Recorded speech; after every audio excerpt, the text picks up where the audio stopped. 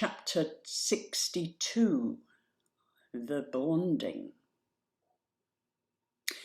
And now several things happened at almost the same time, so nobody watching could possibly keep up, but luckily I can tell you about all of them. Lord Flapoon's bullet went flying towards the Ickabog's opening belly. Both Bert and Roderick, who'd sworn to protect the Ickabog no matter what, flung themselves into the path of that bullet, which hit Bert squarely in the chest, and he fell to the ground, his wooden sign bearing the message, "The Ickabog is harmless," shattered into splinters. And then a baby Ickabog, which was already taller than a horse, came struggling out of its Icka's belly. Its bonding had been a dreadful one, because it had come into the world full of its parents' fear of the gun, and the first thing it had ever seen was an attempt to kill it. So it sprinted straight at Flapoon, who was trying to reload. The soldiers who might have helped Flapoon were so terrified of the new monster bearing down on them that they galloped out of its path without even trying to fire. Spittleworth was one of those who rode away fastest, and he was soon lost to sight. The baby Ickabog let out a terrible roar that still haunts the nightmares of those who witnessed the scene before launching itself at Flapoon. Within seconds, Flapoon lay dead upon the ground. All of this had happened very fast. People were screaming and crying, and Daisy was still holding on to the dying Ickabog, which lay in the road beside Bert. Roderick and Martha were bending over Bert, who, to their amazement, had opened his eyes. I think I'm all right, he whispered, and feeling beneath his shirt, he pulled out his father's huge silver medal. Flapoon's bullet was buried in it. The medal had saved Bert's life. Seeing that Bert was alive, Daisy now buried her hands in the hair on either side of the Ickabog's face again.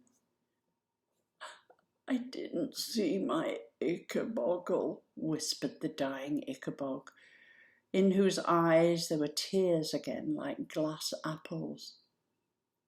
"It's beautiful," said Daisy, who was always starting to cry.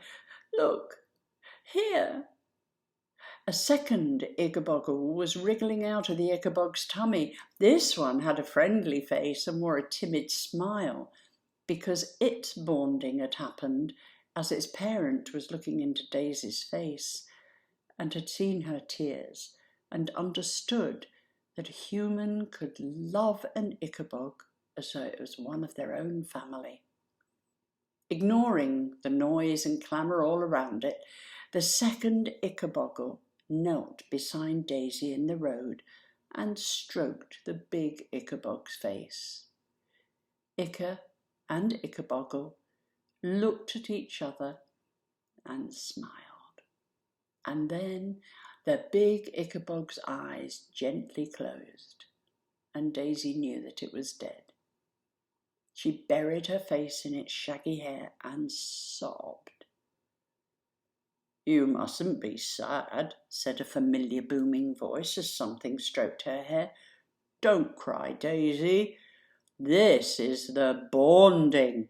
It is a glorious thing." Blinking, Daisy looked up at the baby, which was speaking with exactly the voice of its Icka. "You know my name," she said. "Well, of course I do," said the Ickaboggle kindly. "I was born in knowing all about you. And now we must find my Ichabog," which Daisy understood was what the Ickabogs called their siblings.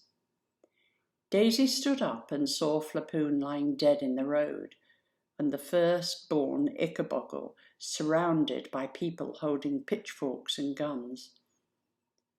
"Climb up here with me," said Daisy urgently to the second baby, and hand in hand the two of them mounted the wagon. Daisy shouted at the crowd to listen. As she was a girl who'd ridden through the country on the shoulder of the Ickabog, the nearest people guessed she might know things worth hearing, so they shushed everyone else, and at last Daisy was able to speak. "You mustn't hurt the Ickabogs," were the first words out of her mouth. When at last the crowd was silent. "If you're cruel to them, they'll have babies who are born even crueler." "Born dead cruel," corrected the Ickabog beside her.